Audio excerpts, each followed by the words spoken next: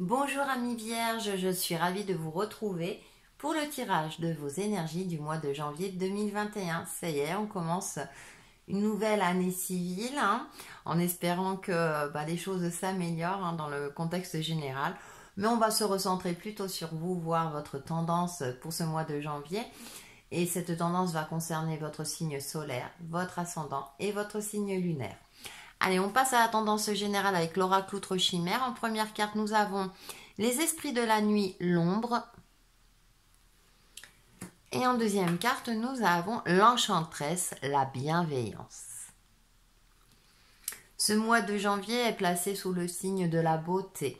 Peut-être de sortir d'une zone d'ombre, d'une période difficile pour vous, avec les esprits de la nuit et l'ombre, peut-être de faire face à vos peurs, à vos craintes, à vos angoisses, d'avoir cette force-là, de voir plutôt le côté lumineux de votre vie durant ce mois de janvier. En tout cas, c'est un travail qu'on vous demande d'effectuer pour aller vers quelque chose de beaucoup plus doux, de beaucoup plus serein vous concernant. On va passer aux différents domaines, donc domaine de développement personnel et spirituel. Avec le tarot akashique, nous avons la muse, la numéro 15. Donc la muse, la musique, l'abondance, la beauté. La beauté est à l'honneur durant ce mois de janvier pour vous, amis vierges, de voir ce qui est beau, de voir le soleil se lever, de voir... Alors c'est vrai que c'est pas vraiment la saison des fleurs, mais voilà, d'apporter un peu de légèreté. Vous êtes un signe de terre, vous êtes plutôt cartésien, mais là on vous demande d'apporter une fluidité énergétique en tout cas durant ce mois de janvier pour justement aller vers quelque chose de plus lumineux. Avec le tarot des chakras, nous avons ce 6 de denier. On continue dans la beauté, dans la bienveillance aussi.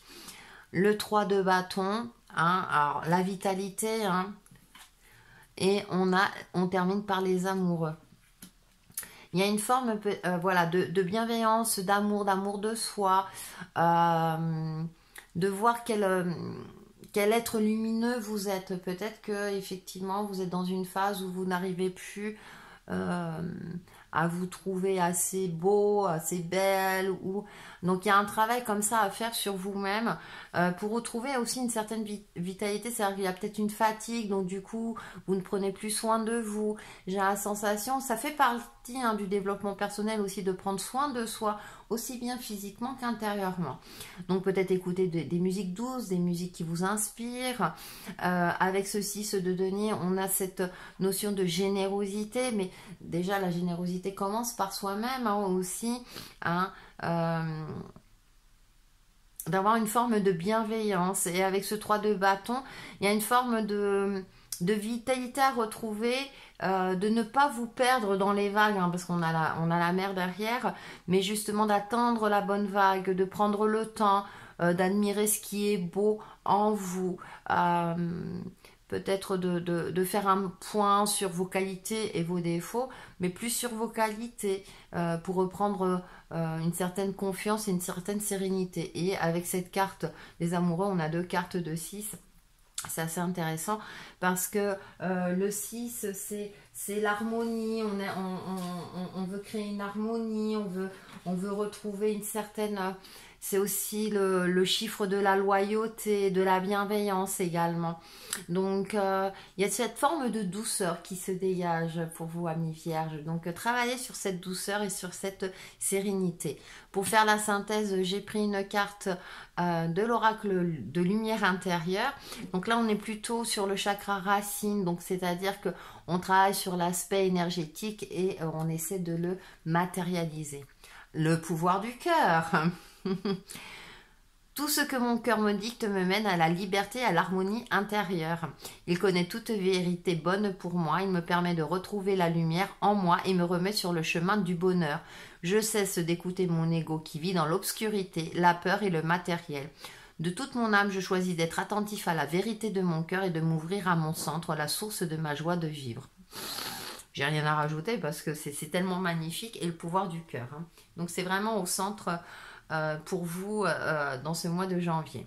On va passer au domaine relationnel et sentimental avec l'oracle des rebelles sacrés. Que ressentez-vous? Ah oui, bonne question. On pèse le pour et le contre, quel fruit choisir. Vous êtes peut-être face à un choix, peut-être face à un dilemme. Alors peut-être parce que déjà vous avez un travail à effectuer sur vous-même, effectivement, et ça peut s'en ressentir dans vos relations, dans votre rapport aux autres. Déjà, hein, il est important, et je le dis régulièrement, qu'il faut être au clair avec soi-même pour être au clair avec les autres. Donc, il est intéressant parfois de se poser, de prendre le temps d'une certaine réflexion pour voir quelle évolution vous voulez apporter vis-à-vis des autres dans vos relations amicales, familiales, sentimentales ou même professionnelles, pour faire le point et effectuer les bons choix, le choix le plus juste qui vous convient le mieux pour vous. Avec l'héritage du tarot divin, nous avons la 3 d'épée. Peut-être des blessures du passé à travailler, chevalier de denier. Il y a une dualité. Et on finit par le valet de bâton, mais il y a quand même de la nouveauté. Il y a cette notion-là pour vous de peut-être certaines blessures, peut-être qu'on vous a blessé par le passé ou récemment. Et avec ce chevalier de denier, il y a une forme comme ça de... On voit ces deux chevaux là, on a l'impression qu'ils bataillent, hein, voilà, il y a une forme de... Peut-être il y a certains conflits à régler, à prendre du recul par rapport à ça, mais en même temps, avec les esprits de la nuit, d'y faire face, même si ça vous coûte. On finit par une note optimiste avec le valet de bâton qui est là où avoir un regard neuf sur la situation, prendre du recul aussi. Avec le bâton qui est en rapport avec le feu et la passion, de trouver, d'être avec des gens qui ont la même passion que vous, il y a peut-être un nettoyage à faire dans vos relations, hein, c'est une possibilité, attention, ça ne va pas concerner tous les vierges, mais en tout cas, il y a certaines blessures à travailler, certaines choses à travailler dans vos relations, pour retrouver peut-être un esprit beaucoup plus joyeux, beaucoup plus optimiste, un regard neuf aussi dans vos relations.